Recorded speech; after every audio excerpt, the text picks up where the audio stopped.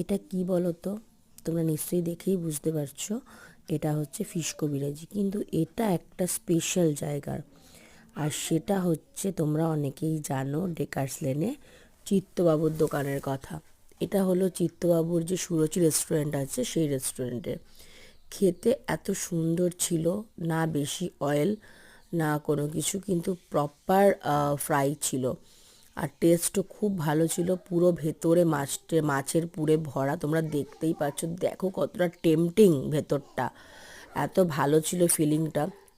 এনাদের দোকানের সমস্ত খাবারই খুব ভালো, আর এনাদের স্পেশালি বিহেভিয়ারও খুব ভালো, খুব তাড়াতাড়ি সার্ভ করছিল।